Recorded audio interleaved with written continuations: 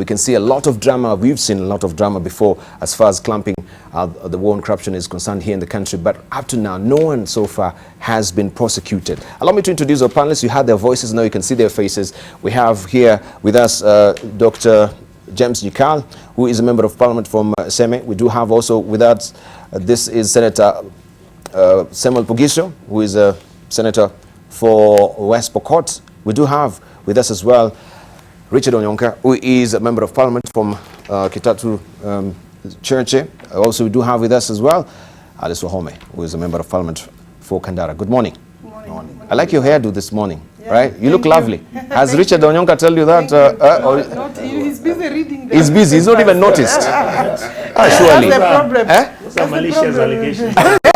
You were talking, if I had commented, the audience would have had me. They will have even known now. You're such a gentleman. I'm still a gentleman. There is time. Yes, Fantastic. But let's just begin with you, Richard, on this. The war on corruption. Yes. Do you think now it's lost the thunder? That even when we see such headlines that KRA and now the DCI is saying there are no sacred cows. These people will be arraigned, they'll be prosecuted. None so far we've seen as an example from these agencies in fighting corruption. I want to tell you this. One, I want to commend the bishops from the Catholic Church, because I'm a Catholic. I'm very proud of the fact that they have finally come out and stated clearly where we are as a country. What is actually scary is the fact that the Catholic Church bishop said if something is not done in relation to where the country is headed, there's a possibility that we could actually end up having a revolution in this country. It's no longer something that can't be discussed. The reason is very simple. Kenya is the only country where we go out. In a period of 5 years, the country had a debt of about 1.2 trillion. In 5 years, we have reached a stage where our debt is now about 5.6 trillion. We've actually overborrowed close to 4 trillion shillings in a period of 5 years. The stories and issues which are brought out pertaining to the corrupt practices, the corruption cartels taking place in the country. And it's not just in one sector. You're talking about agricultural sector, you have issues about individuals importing maize, quote unquote importing, and it's fake. National Cereals and Produce Board pays people who never delivered anything. If you come to the road sector, Kenya is the only country where constructing a road at 1 kilometer is now moved from 40 million a kilometer. I'm told the new government upgrading is that every road will cost us about 90 million per kilometer. When you go to health, you look at the governors, Council of Governors saying the health equipment which was actually imported and forced onto them is actually equipment which they believe was wrongly procured, overly overpriced, and thirdly, some of them did not need that equipment. You come to the construction of projects in Kenya, including dams and mega projects which we've done, including the SGR, everything is a stinker.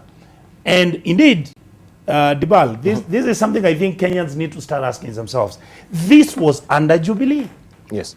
This was under the guidance of President Uhuru Muigai Kenyatta and Deputy President William Ruto. And here we are as a country, we have people who are running all over the country saying how Ruto should be the next president, and in fact Uhuru is now irrelevant and useless, and the country's move forward and we are going to change everything. We need to fix the mess we are in. And that mess, if it is not fixed, Kenyans out here are not happy. And according to me, Dibal, my position is very simple. This country has reached a stage where we have to be honest with ourselves. And that honesty has to be, which direction are we headed? Are we going to put our heads in the sand and assume everything is fine, or Kenya is moving on okay? You can see Kerry. I mean, you have more than 100 officers being arrested now. The reason is very simple. Dibal, I sit in the budget committee. Yes. And we've been running short of collectible revenue for the last 5 years. For the last 5 years? Yes, and when you look at the amount of money that we've lost, that is the money which is now part and parcel of the billions which has been lost to cartels and to individuals, some in government, some in out of government. And Kenya has just become, slowly, we are moving into becoming a banana republic, where public sector jobs are there for individuals to go out there and just seek enrichment, where you have government officers are not doing their job other than to become participants in this exercise of the pilfering of public funds, where the only person who keeps giving us and churning out reports is the Auditor General, who has explained to us every single year Kenya is losing close to 600 billion shillings to corruption. And what the Catholic bishops have said is very simple. If the DCI, if the EACC, if indeed the President of the Republic of Kenya is not going to crack the whip, then we are doomed. That is really where we are. If he's not going to crack, then we are doomed. Then we are doomed. There's nothing to talk about. Okay. Yes. All right, so let's hear from Samuel Pogisio on this. What is your assessment so far, the war against corruption? 50 days, 50, what did they say? 50 months. 50 months to go, actually, is what is on the front page of the Daily Nation today. Thank you very much, Lival. What colleague Onyonka has said just does not need to be repeated. I guess we just fortify that somebody somewhere is sleeping on the job, and you must hold these people responsible. I want to thank the Catholic bishops. The Catholic bishops don't just speak out of turn. By the time you hear the Catholic bishops issue a pastoral letter or collectively speak, they have done their research and they're always spot on. And so I'd like to congratulate them for speaking on this issue. Earlier on, we had heard from Archbishop Ole Sapit of the Anglican Church. And now we are waiting to hear from the evangelicals and then the Islamic community. We want to hear from the religious leaders as well, if they have also felt the pain of corruption. And of course, this goes to tell you that there will be some people who will be slow to speak about corruption because they're beneficiaries of corruptly obtained monies and so on. I want to stand with Onyonka on the fact that fiscal management in this country has gone very, very low. And I think that we should hold our people in the treasury responsible because fiscal policy is not being followed. Money is being consumed at source. In fact, corruption has gone to our counties. In counties now, you find that monies don't even get collected. Revenue is not collected. It's consumed at source and enriching people. My question, Debal, which I think will bring back memories, is yes. At some point in the management of this government, it was declared that lifestyle audit would begin with the president and go to all officers. What happened to that call? It was a very clear point that think about the people you just appointed in the last 5 years. Their lives have changed dramatically. What has happened to them? And it's not difficult to follow those people because, I mean, these people who just were appointed the other day out of wherever they were, in less than 5 years, they're already millionaires. And not only millionaires in terms of what they have in their bank account, but exhibiting millionaire attitudes and flying all over the place. And also, just you can see what that people have changed their lives. Where is this money coming from? Secondly, why is the executive involved in politics 24 hours? If the executive is busy doing politics, what has happened to the country? What is it that you need to explain every day if you're doing the right things? What is it that every week you have to go and explain to people? Yes. And I think that this is a big issue. Why is the executive permanently in politics? If every week they are doing that politics, they're consuming a lot of money on politics, who is running the country? I mean, we have to worry about that. And so the executive, that's the president, his deputy must sit down and say, what's happening? What's actually happening? We must at some point realize that doing politics at the expense of running the economy. Well, if we must audit things, let us begin auditing our mega projects now. Yeah, because those are the sources of corruption. Let's not take on any more mega projects. Let's audit what we have first. And secondly, let's audit our counties and audit them well. We have a body of people there who manage counties who have become billionaires You ask, if I may ask you, if governor become a millionaire, whose money is it? You know, where the money come from? Yes. I mean, we have to find that. And maybe we're not assisting the Auditor General enough. Maybe we're not helping the Auditor General enough with understanding where our money has gone. And if you tell me that there is money in this country, only banks are making profit, who else is making profit? You know? Well, the telcos maybe also. They're Maybe, making profits. just maybe Yeah. one or two telcos, not necessarily all telcos. So there are issues what we must deal with. And of course, that blame can come also to us in the legislature, because do we have tight laws? Are we making laws that really can promote growth of our economy? Because every time we are the ones who are either approving Okay. or allowing this to happen. So I really need to challenge ourselves as the legislature as well.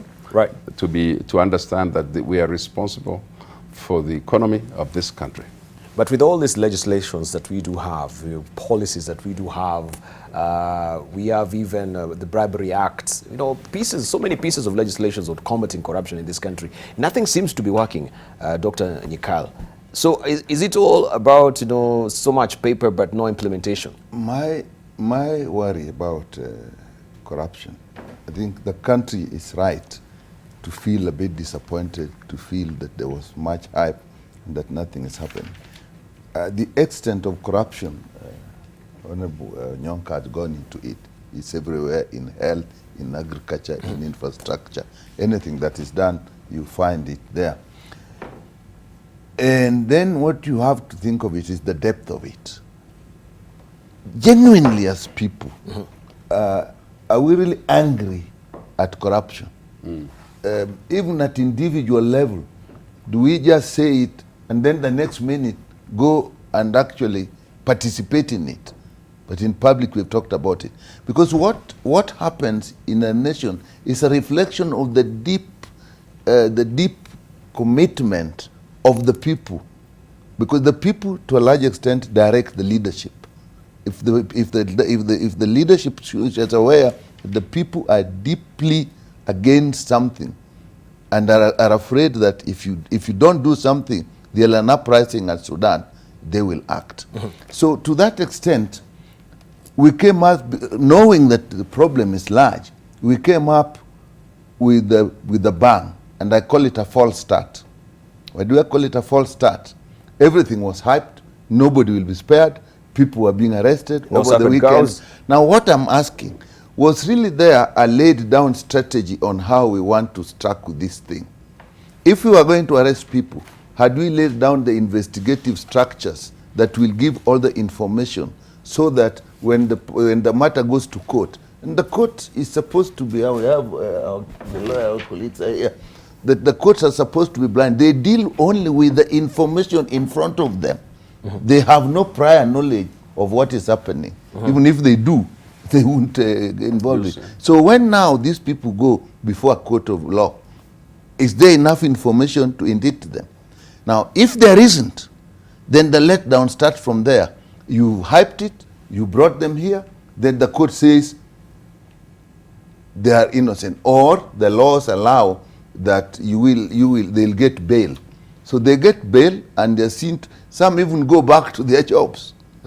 So I think that, in my view, there was that false start. We started big and started running and shouting, but I'm not sure we've had a clearly laid down strategy that said, how shall we deal with each case? I would have preferred, actually, that nobody came out and talked. We would have just seen people being arrested, taken to court, concrete evidence. You see, people are asking, where is the DPP? Where what they are saying, where is the information? Where is the evidence? I don't think we are asking for the officers or the person. In my view, we are asking for their functions. Where is the evidence that they brought forward? So to that extent, I think the executive hyped the people, but didn't have the strategy and the machinery set in place to get this thing going. So again, the whole thing is going to be a laughing stock. They have always said that, and nothing has happened. All right. But with the churches, I'm actually extremely happy with the churches. When the Archbishop of the Anglican came out and talked about politicians giving in church, the churches have come out and are asking where is so and so. It also brings another issue. How is the proceeds of corruption disposed of? What we see are flashy lifestyle. People living obviously beyond what you know is their income. Then we had started lifestyle audit. We went down in it. In Tanzania earlier, you know, they had this thing, ndugu umepata pataje. Yeah. Now, it is fair if somebody is living what is known to be there, beyond their lifestyle, to actually go in and dig deep. And you do it seriously, not a punitive matter.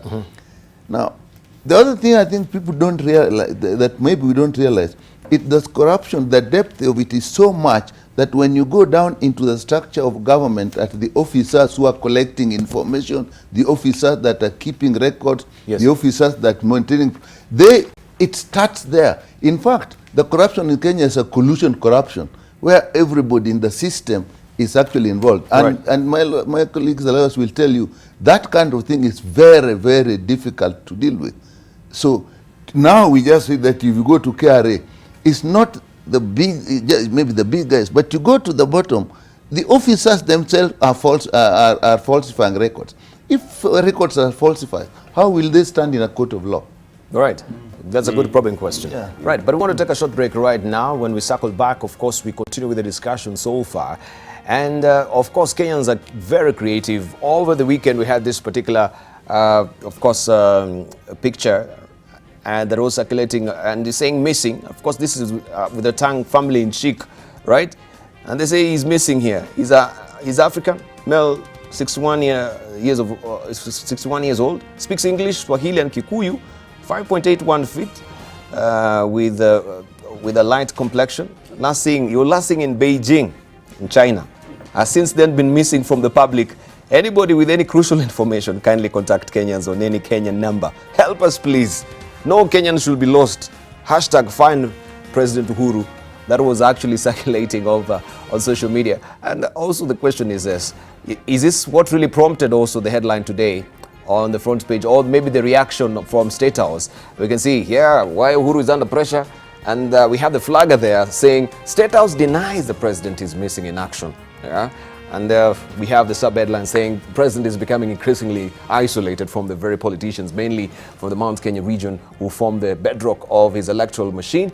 And besides a floundering war on corruption, he is racing against time to fulfill his Big Four agenda, with less than 50 months remaining to do so and secure his legacy. The pressure is piling.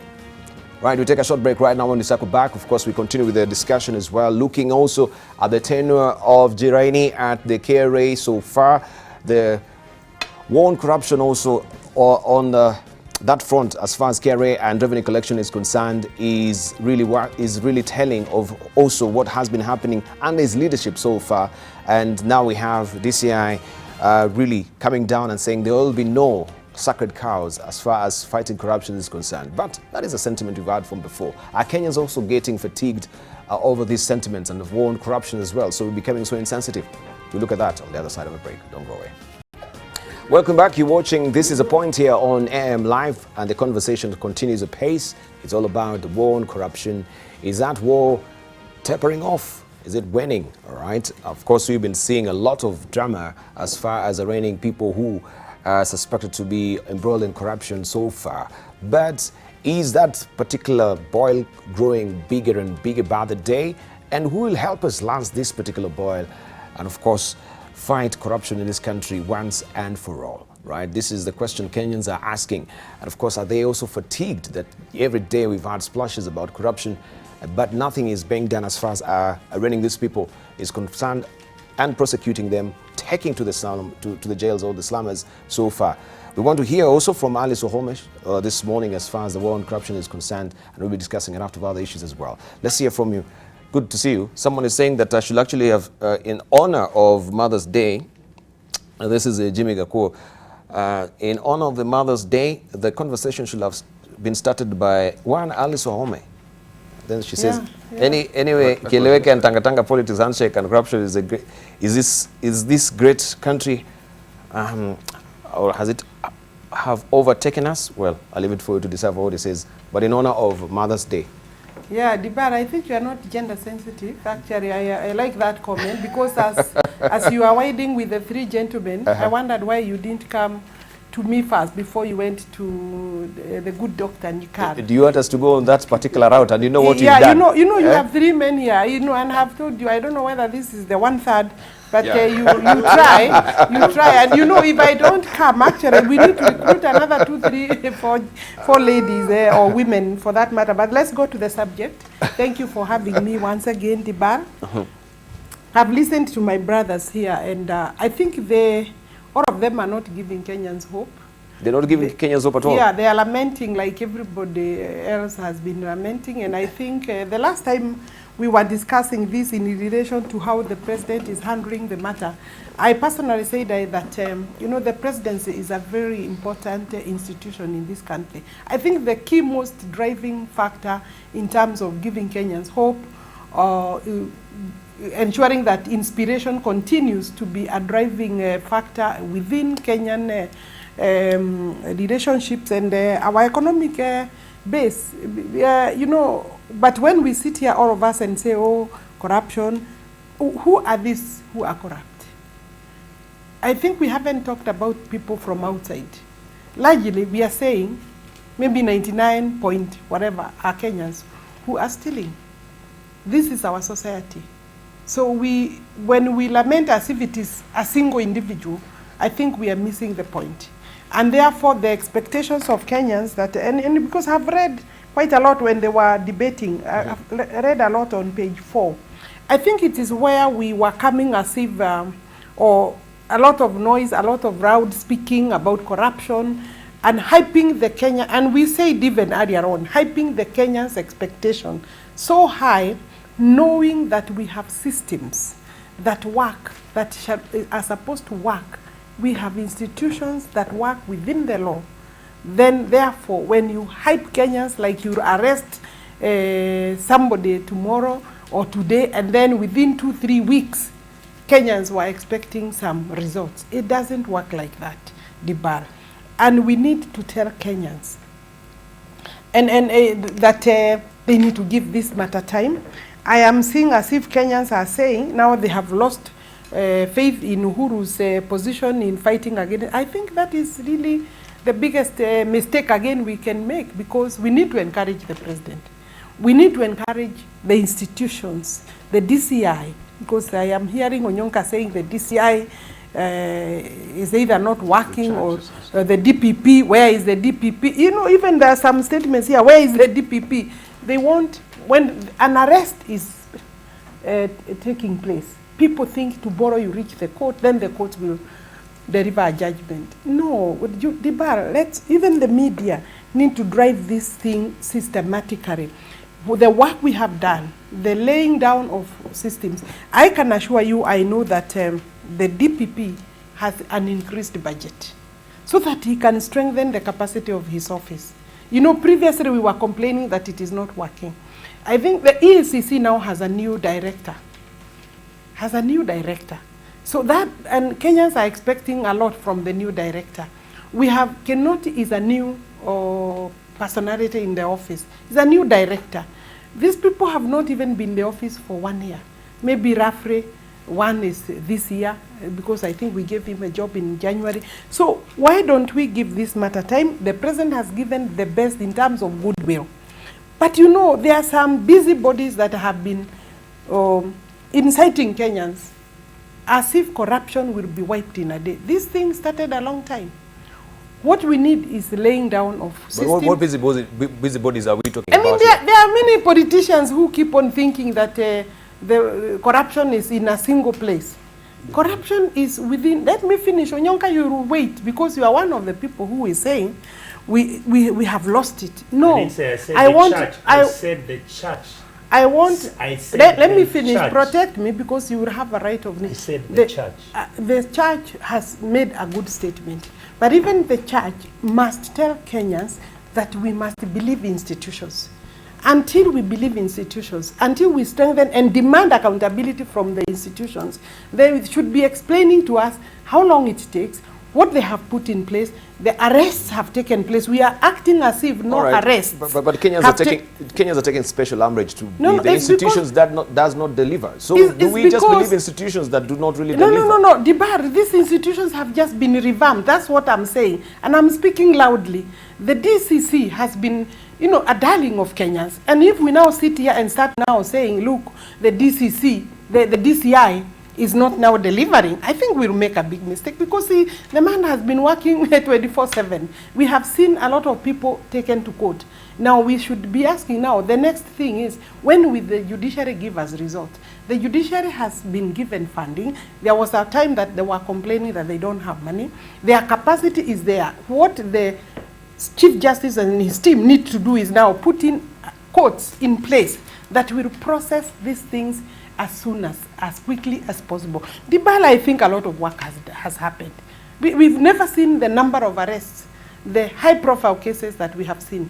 I don't have to mention names, but we know from permanent secretaries, from every other sector, we have seen arrests. That is not truly an issue about it's the an arrest issue itself. because even now the church is saying we want to see the tail end of the arrests.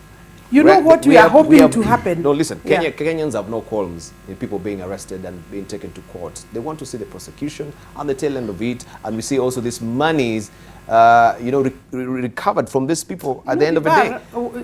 We've heard the judiciary saying that also, yes, the DPP, the DCI, they've been doing a sterling job, but when it comes now to the substance of the investigation, they've done a sloppy job. And so they cannot be prosecuting these guys. That's why I told you, even the DCI needed, and the EACC needed to be revamped, so that we have better training, so that we have better prosecutors, so that we have better investigators. The forensic laboratories, we still haven't finished that job. It's still in. You have seen that these cases require thousands of documents. And we cannot expect, Dibala, I haven't finished. We cannot expect an overnight turnaround, and that's where people were imagining that there will be, what were we calling it? There will be, like a limp mob justice system. Kenya works within the law. Vigilante justice. Vigilante justice is what Kenyans were expecting, but we are not a banana republic. Thank you. In terms of our justice system. Thank you. So I just want to say that for me, the expectations of Kenyans must be driven and guided within the law. Thank you, Alice. If we had these particular institutions not capacitated in the first place, maybe this is what now Dr. Nyikal is talking about. We had a false start. So we're starting, then along the way we discover we don't have the machinery, the capacity to actually drive this particular vehicle to the full throttle, right? My brother Dibal, my honorable sister, Honorable Wahome, is not being sincere with the truth. The truth is very simple. You look at the facts, she's a lawyer. You evaluate those facts, you draw certain conclusions. Right now, there's no political will.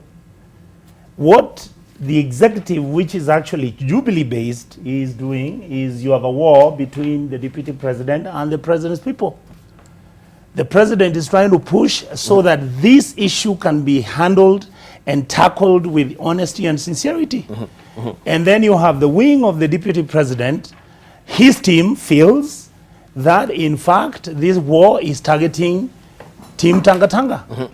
The scenario that you've got is that each and every single day, and I would like to ask my sister, sometimes these words or these euphemisms that are thrown at individuals who mean well for our country, the issue that we are looking at right now, there are no busybodies who are discussing corruption in Kenya. The truth is, every single day you have a scandal coming out. Look at what is being discussed on the Business Daily today. You have the 22 billion shillings at JKIA, which is going to the dogs. If you look at what is happening at the Kenya Airports Authority, Kenya Civil Aviation Authority, the other day you showed there was an issue about what is going to happen to Kenya Airways.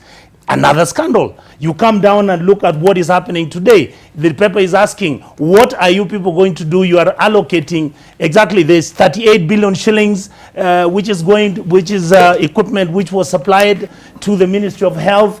no procurement was done. You have issues whereby governors are saying this is another scandal. It has nothing to do with busybodies. It has everything to do with Kenyans of concern being worried and taking it upon ourselves that as leaders, we must begin to ask ourselves the hard questions. It has nothing to do with politics right now. People are busy screaming and chanting how tomorrow they are going to become presidents and they are going to share positions in this country when the country has actually run broke. Kenya is the only country which in a period of 5 years has driven itself from 1.2 shillings trillion debt to where we are now at 6 trillion. Where did this money go to? And each and every auditor's report for the last 5 years says money was being stolen. So now, was this war caught in between, of course, the Tanga Tanga and the Kieleweke, of course, debate, looking even at that editorial cartoon? What you were saying? What I'm saying is very simple. This is just a red herring. The fight which is taking between Tanga Tanga and Kieleweke is actually supposed to divert our attention from the real issues. The real issues are very simple. Soon we'll not be able to pay teachers. Soon we are not going to pay the military. Soon we are not going to pay our bills. Soon we can't pay our debts. Why? Because the country... Just hold on. Allow me. I'm free to speak whatever I can. Let him finish. Soon the scenario you've got is very simple. We can't pay our debts. So what is going to happen if you can't pay your debts? And we are still borrowing this year. 960 billion. I'm in the budget committee. Who's going to pay that money? So let's be serious. This has nothing to do with the people of a funny, dubious character. The Catholic bishops have spoken with one voice. They have said the country is headed in the wrong direction. And we can't be sitting here talking about, oh, you know, let's wait for systems. The systems are not working. Therefore, we need to get the DCI to be given money. If President Uhuru is unable to fight this issue, let him say, I've given up. And in fact, let me wait for my 2.5, 3 years, and you guys can manage your country the way you wish. Now, since we began this war on corruption, maybe we have the Big Four agenda. We have 50 months to deliver this. And it seems maybe the Jubilee government also beat too much that it could chew. Should the president train his focus only on corruption itself and leave a legacy and say, of course, when during my tenure for the last 10 years, this is what I did as far as fighting corruption is concerned. It started. You say it's a false start. You say the institutions are incapacitated. Let's say from Pogiso. We'll come to you. That's what I'm saying. The institutions are running, but they are running on fumes, as it is. They are not fully capacitated. You say I didn't say in the process. They're in the process. Right. How do you capacitate overnight if you want to train? Right. If you want to get funding? Okay, but why the hoopla? Why the drama? Because now they've been running these things. I think that's what I'm saying. There was like busybody, you know, in terms of the reaction and expectation. We incited Kenyans. That's what I'm saying. And even my friend here is inciting Kenyans. Right. Thank you. We'll come to you. Let's hear from Pogisio. Actually, let me just, with due respect, I think the whole idea of fighting corruption is to build the systems up and to empower the systems. But, you know, DPP is just an individual. Even when they came in there was another DPP before. Yeah. And DCI is the same. So you can't say by coming in recently, the fight against corruption is going to be recent. You know, I think we must understand that systems already exist, and that they must be held responsible from day one. Now, there's no time to be given. Now you have 1 year to try and find your own way around here. These guys have been in the system. They're not new to the system. On the legacy of the president, and I like to agree with you, that the president will be remembered for fighting corruption. Yes. And I think that is a good aim for him. If he puts his foot down and fights corruption the way he started, I think that can be a legacy for him. The other legacy for him is a Building Bridges initiative to bring Kenyans together. If you can succeed in those, the Big Four agenda might even proceed beyond his term. The Big Four is not something that you put in 50 months that you can finish the Big Four. But at least he will have set an agenda for the nation, which is a very noble task that he has started.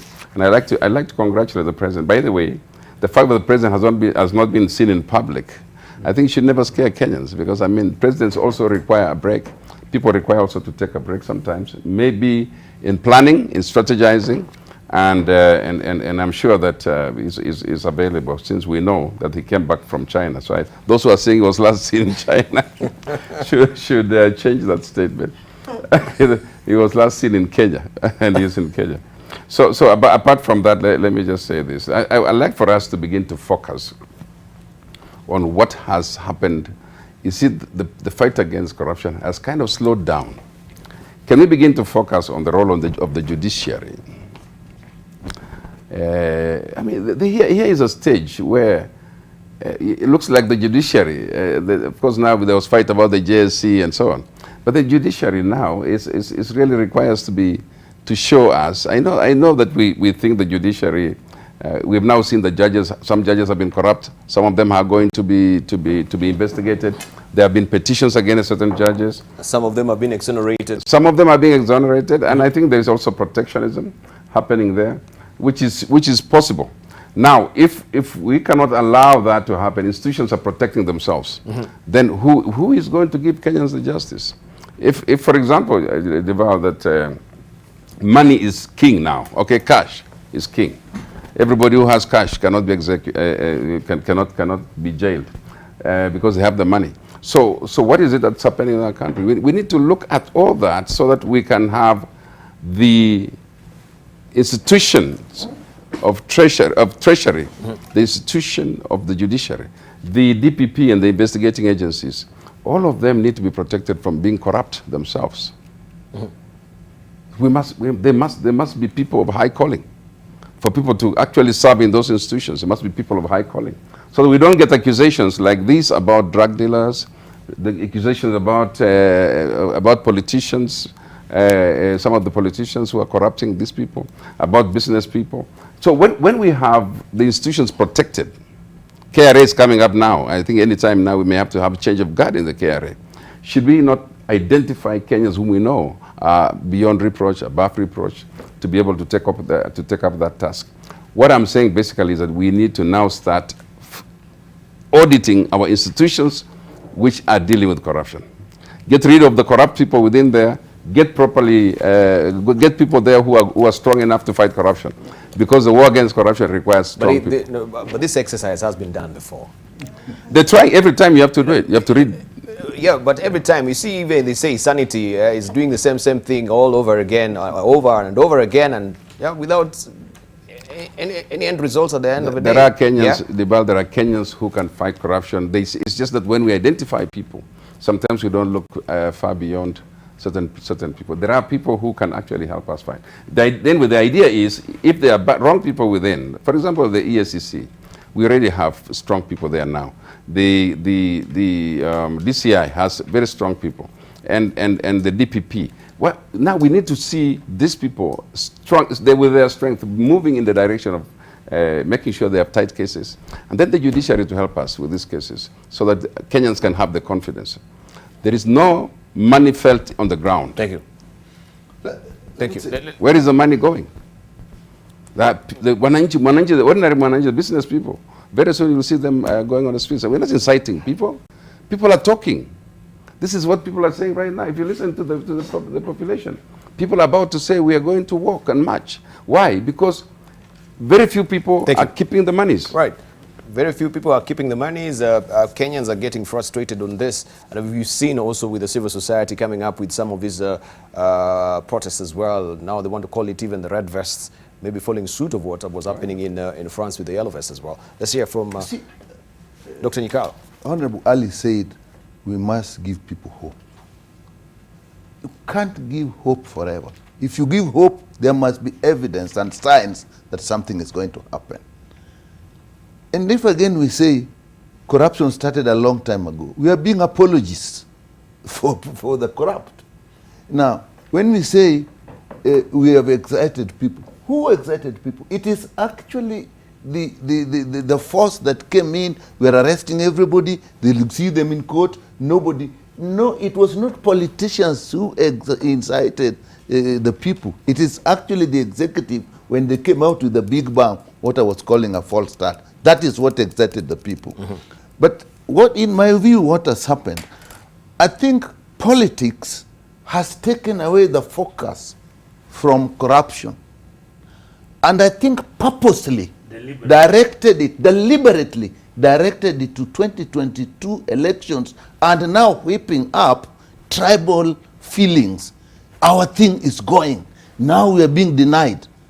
But because when you look at corruption and some people start feeling it is directed at us, then even those people are easier to mobilize as groups. So when you take people as a tribe and say this, then even those within that tribe that actually don't feel that that thing is wrong start shying away. They feel threatened. So politics has cleverly swayed the fight against corruption from corruption to 2022 politics, and it is saying it is not really a fight against corruption. This is all just intended to direct the 2022 elections in some way, to remove some people, to bring some people in. Very sad. And what Honorable Kiso said, if the president would leave this country with only two things done, he has cleaned the country of corruption. He has removed tribalism and nepotism. Those two alone, he'll be remembered forever, because that is what is bringing the country down. But our politics, the mobilization of people, is actually based on those two things. Corruption, huge money. Whipping tribal emotions. And that has successfully happened. And the big four, in my view, if you get rid of corruption, remove nepotism, remove tribalism and so on, these things will just work on their own. So the Building Bridges initiative, again, we are losing it. I mean, if you look at just immediately after the election, what was happening, people were dying, nothing was happening. Now, when we came with this handshake, it is silent, things can happen. We should take initiative of that to actually work out all these things, fight corruption seriously, get the systems working. When people are asking where is the DCI, where is the DPP, as I said, they are not asking for the individuals. Where are their functions? Why are we not seeing? If the court cases are taking long, why are the court cases taking long? Is it because there is not enough evidence put before the court? Was the adequate investigation done before somebody was arraigned before the public? Because once you arraign a very senior person before the public, the assumption is you have everything tight and he will go to court and there will be so much evidence. Remember, the judiciary, don't think the judiciary is going to work with the DCI and the DPP because they want to fight corruption. The judiciary will look at law. If you say we don't want vigilante justice, then the judiciary cannot just assume this was a PS, it's a high swear, we bring him, we must jail him. They must have evidence. They may even be seen to be fighting against corruption, rightly so, if correct evidence is not put before them. But has the judiciary really buckled under lately? Because, of course, since now we had that nullification of a presidential election then, and right now we've seen also very audacious judges, I should say, they've come up with very, controversial determinations lately. We had the reshuffles as well, and we're wondering, hey, why is someone so being reshuffled, or maybe, to other, jurisdictions, yes, so far. So we wondered, has also the judiciary itself buckled under pressure, maybe from the executive? I think, you see, the justice system is very complex. Let me just repeat, it's very complex. You see, Nyikal has tried to give an indication that for you to, prosecutions are already taking place. Let's first agree that there is hundreds of prosecutions that are before the courts. I think it is the court now to put its house in order in terms of how to streamline that so that then they can process. And they process once the prosecution, because being taken to court is not the end to prosecution, and doesn't mean that when the way I have seen things happening lately is that maybe sometimes they rush, or they were rushing so that to be seen and to be responding to public pressure. That's when we lose corruption, because by the time they reach the court, a person being charged, there should be sufficient evidence collected. And because, I have prosecuted criminal cases, and it's very easy for a lawyer to actually get out their clients off the hook if the case is not well prepared. at the investigation stage. You'll find that most lawyers like get acquittals like between 80 and 90 and 100%. So that you are finding 10% is what is being found guilty. So therefore, the judiciary should have a systematic way of processing, including establishment, and they have done that, of courts specially brought to deal with the corruption cases. But you know also, the judiciary works with maxims, with principles. Like you start from this person is innocent until proved guilty. Secondly, there is also a lot of background, other principles that will tell the judge, you would rather, you have to prove beyond reasonable doubt. You see, Kenyans, when you are taken to court, the minute you are prosecuted, they believe you are guilty.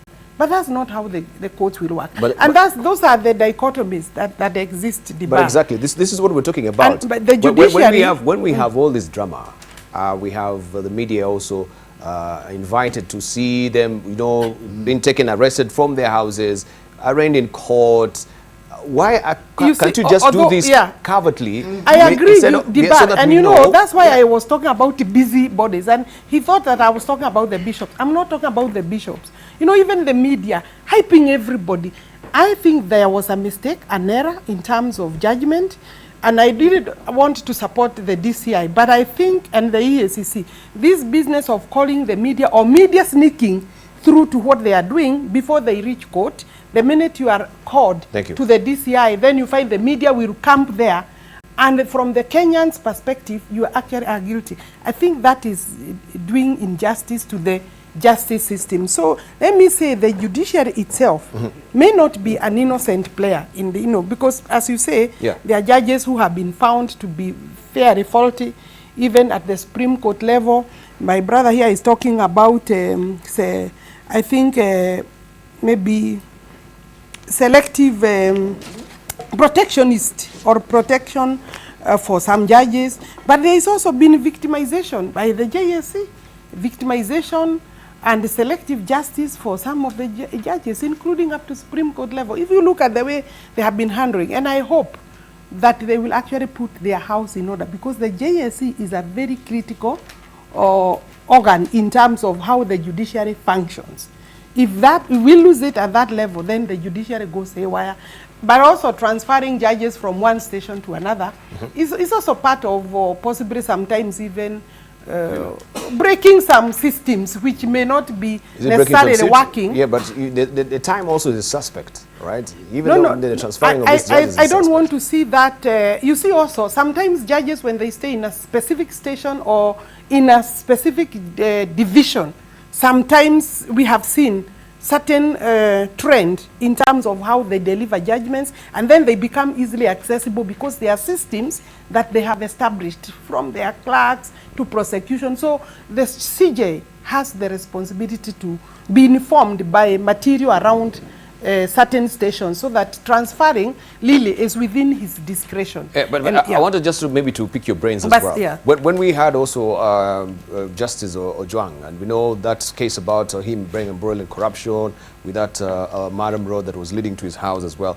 Looking at what is on the front page of the Narrow, Jubilee grants Justice Ojwang a stay of execution, and everyone knew now this is it, so to speak, that this is it. There's no way he's going to wrinkle out of this. To wiggle, I should say, okay, out you of see this. But now we have a tribunal. There was a tribunal, yes. But now what we are reading there is like, I don't know what they are talking. I haven't caught up with that. A stay of execution, meaning like there is actually a slow. I don't know what is happening.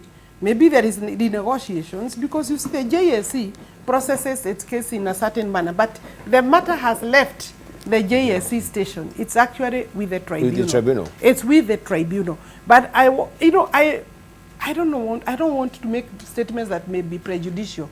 But if you look at the background of how Ojwang reached there, he's one of the most hardworking judges.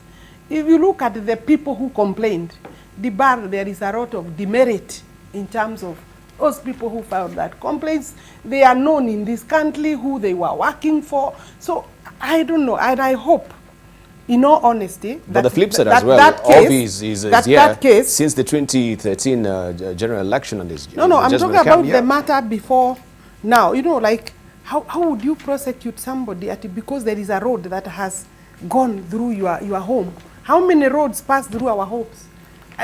But I'm saying that's not even the issue. Maybe there is some merit there. But let's not lose track of the discussion. The people, do your homework about the people who filed this particular petition. And I don't want to be prejudicial, I have said that before, but the merits are questionable of that particular case. So Musalia says that the fact that we have also Raila Odinga being mealy-mouthed about this war on corruption also is really telling, and he's wondering why is he silent. And the front page of the Standard is holding this particular splash for us this morning. So what is the next step? I think I should try and load it up for Dana, if you may just pick me up going there and show you what the Standard is actually on this morning. This is the splash. What is Raila's next big step? A probing question. Musele is saying, why are you mealy-mouthed about corruption? Since the handshake, we've not seen you being very as forceful as you've been before, talking about corruption. Thank you. Actually, Dibal, I would like to say that just as President Uhuru has disappeared, most probably out there trying to conceptualize, think about, rethink, and re-engineer what is happening to our country as the head of state. The joke out there is that actually former Prime Minister Raila Odinga has also disappeared into the lower echelons of I'm not available until further notice. And I would understand. For me, for all intents and purposes, I don't think former Prime Minister Raila Odinga has really any position in the Jubilee government. I think the onus of fighting corruption is on the president. Number two, I agree with Musalia that Raila needs to start discussing this, even though the former prime minister is one who started discussing how money was being stolen 4 years ago. And Kenyans laughed it off. Kenyans was saying, Nifitina, he wants to, the same narrative. You see, Dibal, there is what is happening right now in our country. There is, you understand in journalism, which has come from the US, there is this alternative narrative which is being created. The alternative narrative is that the money which has been stolen from corruption is now creating a scenario where, number one, you take this money, look for members of parliament or leaders in whatever areas they come from, give them this money, make them, and wonderfully brought out by Honorable Pugisho and my brother Dr. Nyikal. Where are we? The scenario is very simple. Create tribal animosity that our people are being fought. As a result of our people being fought, then the president chickens out not to fight this war on corruption. Then you have a country basically which is on autopilot. And then we now, because we are frustrated and angry, we start asking, oh, where is Raila? Where is Moses Wetangula? Where is Musalia? Where is everybody? Who can help us? The truth is, I believe that the onus and the position of raising the bar stands and ends up. Actually, the Americans say the buck stops with the president. The president needs to take it upon himself. The president needs to look at his presidency. You remember we've had auditor reports saying office of the president is the most corrupt. I mean, these is incredible things which are coming out in our country. And we need to begin to ask ourselves, are we trying hard enough? Is Parliament trying hard enough? Why is it that we have politicized and tribalized this war on corruption, even when we are looking at the facts? For example, I wouldn't want to be a president of a country like Kenya, which is right now broke. We are a bankrupt country, all right? Those are the facts. And yet, what are we busy doing? We are busy running without breaks, talking about, you know, in 2022, we are planning and organizing how, in fact, our region is going to produce the next president, or our region is being fought. It is because of our region being fought. That is why we have decided to come up and we have to fight back, creating this alternative narrative so that Kenyans can begin to move their thoughts and move their hearts from what is most important to them. We have unemployment at the highest level. We have got issues. Basic services are a problem to provide. We were supposed to have introduced pads to the children in primary school. Yes. That failed. We are supposed to be talking about the president's agenda 4 items. Nothing is happening. We are supposed to be discussing our country and where our country is headed in terms of whether we are continuing with SGR or not. That has come to fail. How can I not be alarmed? How can I not worry? If that doesn't worry anybody, then for me, I give up. Pogisio, do you give up? No, we don't give up. Yeah, we don't give up. The scenarios painted, the picture painted by Onyonga, supported by facts, I guess, it should not worry us. I mean, Kenya has some kind of resilience, but the resilience is the fact is beats on its own people. I was watching politicians yesterday in Turkana, for example, and you can tell that the message being given is not for the Turkana people, because you're talking to the media, not to the people. Everybody who stands up in Turkana is speaking English, and everything is said in English. I say, who are you addressing? You're addressing the nation. You're not addressing the poor guys who are just coming out of drought, if at all coming out of drought. You take politics to people who are already starving. And I was thinking, actually, this country, politics should just take a backstage right now. We should really begin to focus on the economy and say, what is happening to our economy? I heard the other day a governor, I think it was actually governor of Nairobi, saying governors are now recruiting people, either from which sector, to help them clean up their books. And I was very shocked. And admission, by actual admission. Saying that's what they do now. So you recruit people who help you to clean your books for the Auditor General. I mean, what kind of goal is that? And I think that we should really begin to look at how this, the Senate deals mostly with counties, how this corruption has cascaded to the counties. Well, I think my thoughts about fighting corruption should be that we should not leave the counties behind. What you see at the national level is being replicated actually at the county level. Yes. And you must remember that some over 300 billion is going to the counties. We don't forget that's not small monies. Every year going to the counties. And so we should begin there. If we can clean up our counties, we should be able to say that we've done a little bit of it. So let's allow the counties to be clear. My take on the proposals that have come out today is that we need to propose to the country that the president takes on fighting corruption as his legacy, that the president takes on building bridges as a legacy. Right now we think the Big Four are the legacy, but without these two other big legacies, the Big Four will not succeed. And I think that's what he needs to focus on and come out clearly. Of course, on Raila, the question is, where is Raila? I'm hoping, because people now say that Raila and Uhuru have become friends, right? Mm-hmm. And so at least his role in his mind should be to advise, if even just unofficially advise. And also the advice should then strengthen our fight against corruption. I think he has the capacity, and I think that probably when these two have been quiet, I hope they have kept corruption at the center of their discussions, right, wherever they are. Dr. Nyika, where is Raila in this? Let me start from that. That headline is telling what is Raila's next big step. Again, is politics. It's not about corruption. So when you say the next big step, what you are talking about is what is his political future. No. Now it has become easier for people. But in the context of what we're discussing, where is actually his next step? Also, I'm coming. Yes, please. I'm coming to that. So what I'm saying is divisive politics makes it easier for corruption to thrive, and those who understand it very well actually use it. Now, Raila's position was with the Building Bridges initiative and the handshake.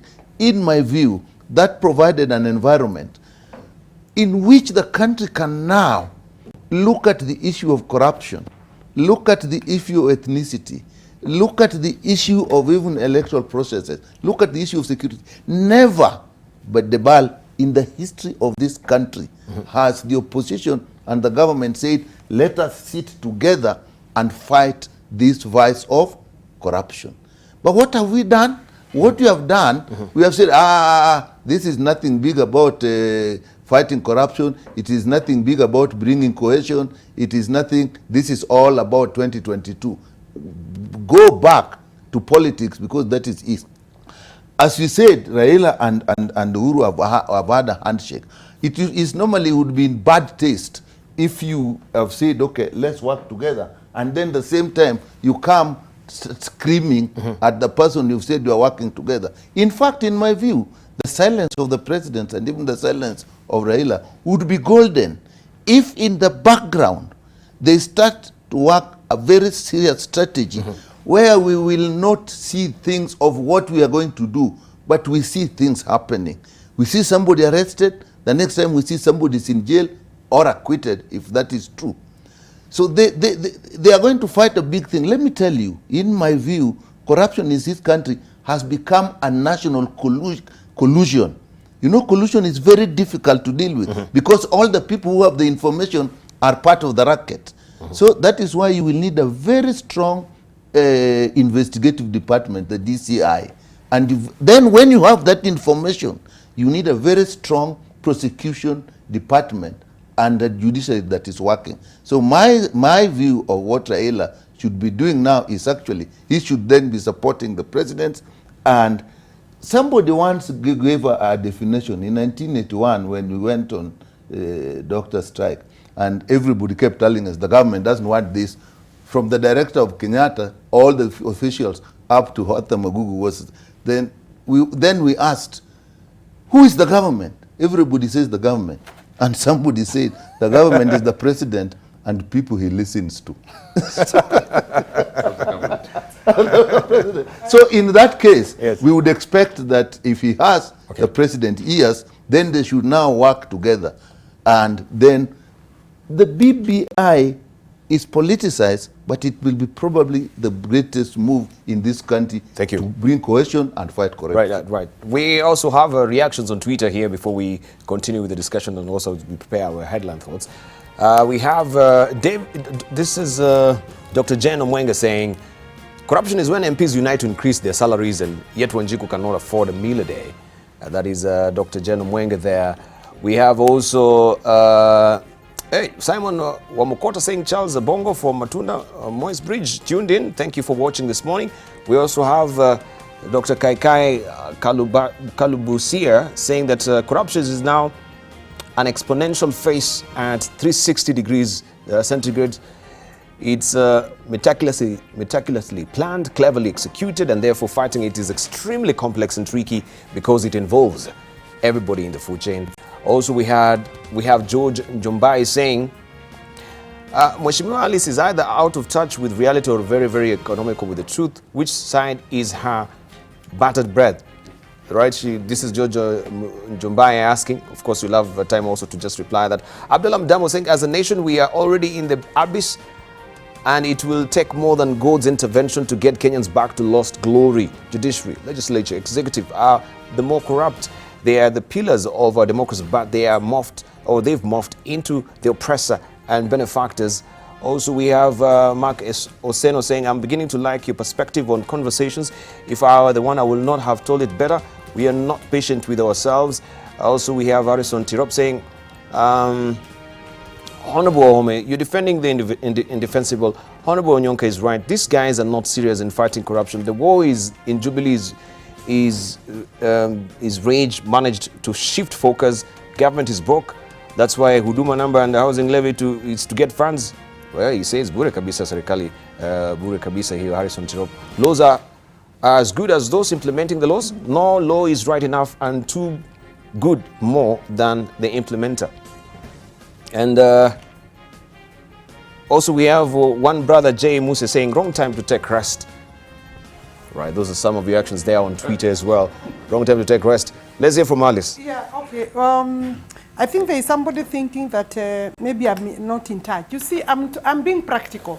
I've been in this court for more than 20 years. Actually, I have practiced since 1985. I still hold a practicing certificate.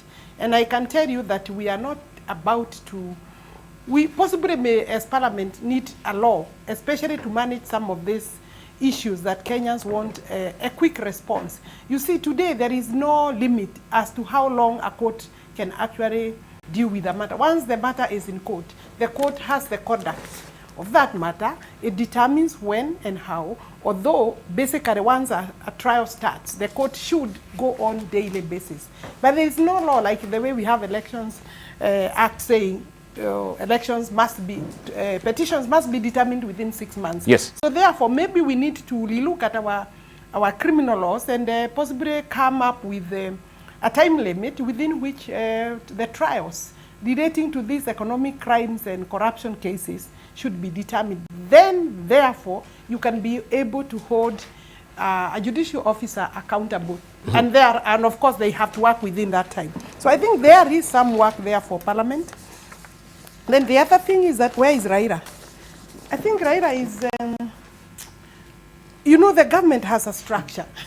I don't know where he is. I wouldn't pretend that I know where he is. But I think but in what context are you asking where is Raila? Is it the context of the structure or the context of fighting corruption? Even Uhuru, people are asking where is Uhuru. I don't know where either of them are. But I think their communication offices should actually be telling us what they are doing, even if it's behind the scene, because these are news items. These offices are news items, major news items. So even being away is a news. So we need to know what they are doing, where they are, even if we don't need to know what they are doing, but we need to know where they are, because anxiety also seems to be clipping from the social media. But I think that the Kenyans want to know what. You know, since China, you know, there was a lot of hype about the trip, and then when they came back, there was really no major address. There was no address. They haven't been seen. Raila has been seen, but in respect of what they had gone to do, that seems not to have been addressed. But then, Raila is not where he's supposed to be. That's what I think. He's not where he's supposed to be. He's supposed to be busy coming up with the strategies of putting the government to check. Right. Because the way the constitution is in this country, and you see that's what the opposition doesn't want to hear. He has a role under our constitution. His role is not to advise. Thank you. He can recommend, he can give ideas, but he cannot be the one. Let me finish. Dibar, you know you are rushing me when you, I don't know which side you are. You know nowadays everybody has a side. But Alice, I've been told. You know what time you checked in? And we've had this discussion. No, but you had not started the discussion. We were waiting for you to show up. Right? No. You are being unfair to me. Maybe I'm hitting the head. Where you don't want me to hit. I'm saying our structure, our constitution has a role for the Right Honorable Raila Odinga and the opposition, people like Nyikal, should be putting the government to check. But when they pretend to be in government, then we have nobody to actually tell the government you are wrong. It's now possible that within the government, then there will be opposition, like you are saying. Because Inani here is saying, Onyonka here is saying, it's the responsibility of Jubilee. There is no time that Raila will be held responsible in terms of how the government is. But if he continues to be within the government without talking, then he will be held responsible. Right, I don't agree that he will not. Also, Onyonka, this serves as your closing remarks as well, briefly. Thank you. I would like to actually support my sister, Honorable Ome. The truth is, I think in a way, in Parliament, we now need to seriously have a rethink and come up, for those of us of like mind, to come up with a strategy on how we can bring certain laws into book so that we can then begin to actually execute this war on corruption very seriously and intelligently. For the simple reason that now, as one of the persons who had tweeted said, corruption has become clever, it has become skillful, it needs planning and coordination and everything, and therefore whatever parameters that you're going to put into place to fight it have to be as clever as that. And finally, I would like to say this. We in the opposition are not pretending to be in government. We in the opposition are happy that after the elections, which had issues, that our leader at that time, Prime Minister Raila Amolo Odinga, took the decision, even when some of us were unhappy with that decision, to engage Uhuru Muigai Kenyatta for the sake of trying to figure out what do we do our country. I think Building Bridges initiative was a good idea. I think fighting corruption Thank you. needs to be moved on by President Uhuru, and Kenyans are expecting results. Thank you, Onyonka. All right, let's hear from Samuel Pogiso briefly. As you're winding up, your headline thoughts. Well, let me first of all also congratulate the Kenya Private Sector Alliance, KEPSA. They have really taken the fight against corruption head on and have basically put structures in place. So because private sector... Corruption in the private sector. In the private sector. Yes. In the private sector. And I think that's also very good. Now, let me just come back to politicians. And we, in Parliament particularly, both Senate and... Briefly, sir. Both Senate and the National Assembly. In years past, when a country hit a crisis, IPPG was started, Inter-Parties Parliamentary Group, instead of... and that really formed a force that drove the country into what we now have stabilized as multi-party election. We need that kind of move now, where multi-party, what you call inter-parties parliamentary group that deals with the issue of corruption. And members of parliament should stop this business of dividing themselves over the weekend, causing it to look like they understand corruption to mean 2022 issues. I think if you want to go out in the weekend or into churches and so forth, let your subject be what you want. But let us fight corruption together. I think that is what is dividing us. You cannot have different understandings of what corruption is. We have the same meaning of corruption. Thank you. Thank you, sir. Let's hear from, finally, Dr. Nyikal. I think the Building Bridges initiative is a great thing that has happened to us, but we'll miss the opportunity when, for once, the opposition and the government have said, let's come together and fight this evil of corruption. And we should get the 2022 politics out of it and just say, shall it deliver a corruption-free country which is cohesive? Thank you. Thank you. And finally, as we're winding up also, earlier on we ran this picture for you. There is a man here that was known to have left a legacy of integrity because of how also then there was corruption, but he didn't want to partake, in the corruption then. And that was the first vice president of Kenya. This is Joseph Murumbi, who resigned from government because he didn't want to be embroiled in corruption. Can we see people also resigning from government? And also you saw this particular one as you're winding up, the missing, just to make clarification, this was running in social media. It is our tongue's family in cheek, right? Don't take it seriously. Missing, help us please. He's an African male, 61 years old, speaks English, Swahili and Kikuyu.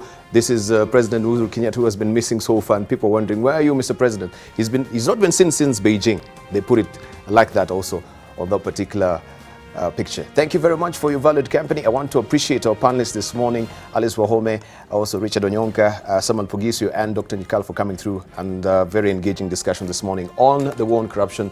Is it all about style and no substance? Well, we leave it for you also to decide for that. Thank you very much. Have a lovely day.